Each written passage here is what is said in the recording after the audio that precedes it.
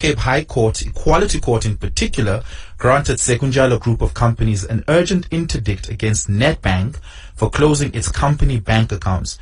Judge Delamo was the judge in that particular case, said that there was prima facie evidence for discrimination against Sekunjalo, and that it has been treated differently from the likes of Steinhoff, Tongart, EOH, and other companies implicated at various levels by Nedbank. I guess in this instance, not just Nedbank, could be other banks as well, right? Dr. Iqbal Survé, who's the executive chairman of Sekunjalo, joins me. It's not just Nedbank, it's other banks as well, right?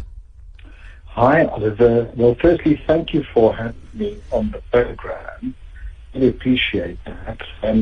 You're absolutely right. You see, what's happened is that the banks said that due to negative articles in the media. Ooh, Dr. Survé, I'm gonna pause you there just for a short second while we see if we can just fix your line. It's not very clear at the moment, so if you can just move around so we can hear you much clearer.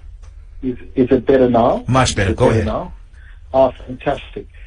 Oliver, I was saying, you see, what has happened is that the banks have said as a result of negative media, in other words, articles published by our detractors in particular, in areas like Daily Maverick and others, News 24, the banks have said there is negative reputation to the banks.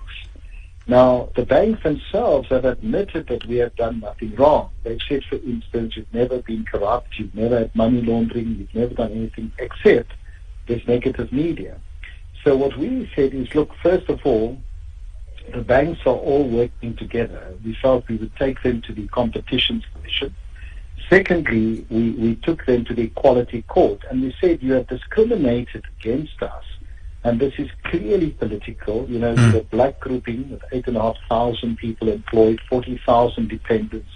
We've been in existence for more than 20 years. We've operated with absolute integrity.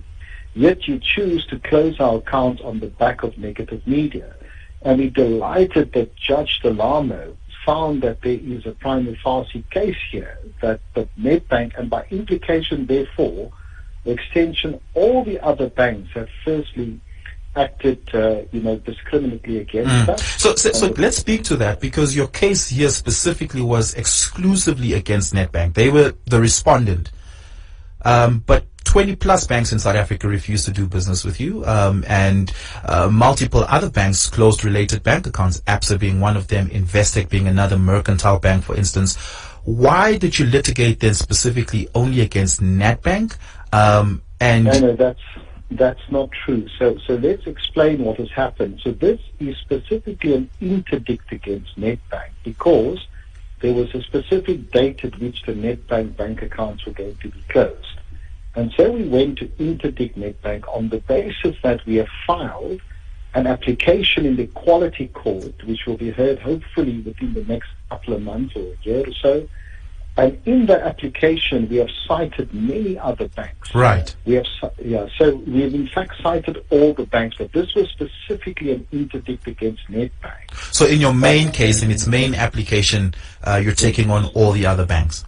But what's important is that Judge Delamo, in this particular instance, says that we have a prima facie case here against Nedbank, and therefore, by extension, he doesn't say so, but I'm saying so by extension, against all the other banks, because Right. It's the same case. And in fact cited the Equality Court main case, which will be heard hopefully not too distant future. So that's very important for all South Africans, Oliver. I tell you why. Because you see, the banks, 5 or 6 banks have 92% of the market that control bank serve. Now, for instance, let's just say there's an article written about you in a newspaper tomorrow. The bank can decide purely on the basis of that article whether it's true or not true to close your account. And that's what the banks have done. And the banks have used a very old law to be able to achieve that, called the Bredenkamp law. Now, no one has ever challenged these banks because they are so powerful. We are the first group to challenge these banks. And as you may know, there's another group of about 6,000 people that are joining the application headed by Godfrey Gardy attorneys. And they are, in fact, joining this Equality Court application as well. So for the first time, black people in this country will have an opportunity to fight back against these banks who abuse their power and dominance. So let's speak about the negative reputation and sentiment that you make reference to. Of course, this is the back off of which some of these banks have made these decisions to cut ties or to close the accounts of Sekunjalo Group or any of its related companies. It doesn't come out of thin air, right? It comes out of that PIC Commission of Inquiry report, which you challenged successfully. But the sentiment remains, in particular because the PIC and the GPF still want to recover some money from you. Look, that's a legal matter, right? So they have a right to go to court and we have a right to defend ourselves. That should never be a basis of a bank closing your account. Let's look at why Judge Delano said what he said. If you look at companies that have committed fraud, admitted to fraud, Glencore, for example, if you look at the case of Steinhoff, EOH, Tongaat Hewlett, all these companies that were involved in the state capture, all of these entities, right, none of their bank accounts have been closed. In our case, the banks actually say, we agree that you've never been corrupt. We agree that you've never money laundered. We agree that you've never done any wrong. But you know what? We don't care whether the media articles are true or not. We are simply going to close your account. Now, we have argued in the Competitions Commission case that this is political, that the banks are acting in concert with each other. And the reason why they're doing that is because we own independent media. And all of this is a desperate attempt by very powerful individuals out there to shut down independent media before the ANC conference in December this year. This has got nothing to do with, with banking.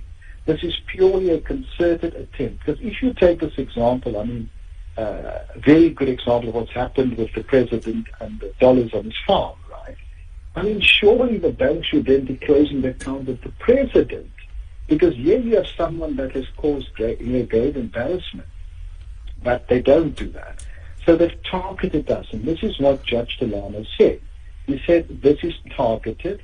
This is discriminatory. There is, in fact, he went further. He said there is no basis for Nedbank or any other bank, for that matter, to have closed our account. And that's what we've been arguing, Oliver. Yeah. And the problem is that the banks have gotten away with this since the dawn of democracy. Because you know how expensive it is to fight these banks in court. I actually want to ask you this. I want to ask you this. It was going to be my last question, but I'll ask you this now. You've got a lot of money. Sekunjalo is a company with a relatively healthy balance sheet, a sizable market capitalization.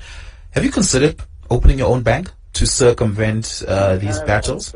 You might have seen recently when the SARB put Nedbank in curatorship. We have in fact made it public that we will provide immediately 250 million to Nedbank, which is owned by the National Union of Mine Workers, to take it out of curatorship, and let's create our first proper black bank for all black people to be able to bank with.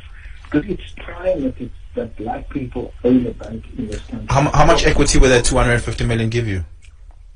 We don't mind, having a minority equity, and we want to invite the public to join us. So in total, we have committed 500 million, 250 million in equity. But more importantly, we've said we'll take our group's 10 billion in revenues through the bank, plus our group's cash balances, which is 7 billion, also into the bank itself. Yeah. So immediately from day one, which will benefit the mine workers because they own the bank, black individuals, black businesses, black professionals, black corporates, etc.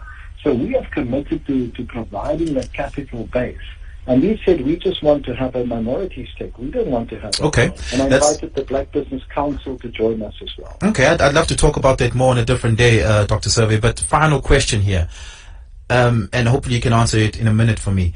Where does this leave you, this judgment, with your battle against the Public Investment Corporation and the Government Employees Pension Fund, who are trying to recover 4.3 billion rand from you? Look, firstly, they're not recovering it from me. I am not IO Technology. So what's happened is the PIC invested in IO. Like they've invested in all white companies, they've so far invested 1.8 trillion in white companies on the stock market. So this again is political. The only entity that the PIC is trying to recover funds from, and I don't know how they can recover this. My view is that the PIC is going to lose this case outright when it does eventually get to court, because it was an investment made, properly in IO, and that investment is in the ICT sector. Now, if they want to go to court for political reasons, they must go. Do you know what? The PIC, let me give you an example, lost almost 30 billion with Steinhoff. Instead of taking Steinhoff to court, they go and do a settlement where they end up with less than 5% of their 30 billion. The PIC has written off, 200 billion in investments in the last 2 years, yet 3 years, sorry. Yet they target us. This is all political, Oliver. That's all. Yeah. But would you say the PIC? Would you say the PIC has received any return on its investment in AO? Absolutely. If you look at AO, but let me say two things first of all. IO has invested in many ICT companies. It has a lot of cash. But the PIC itself has been sabotaging IO. Now, if you take the company in which you own 30%, which is the PIC now, and in which you have the majority of the directors. Remember, the PIC has 4 directors on the board of IO. The Sekunjalo group only has 2. The rest are all other independents.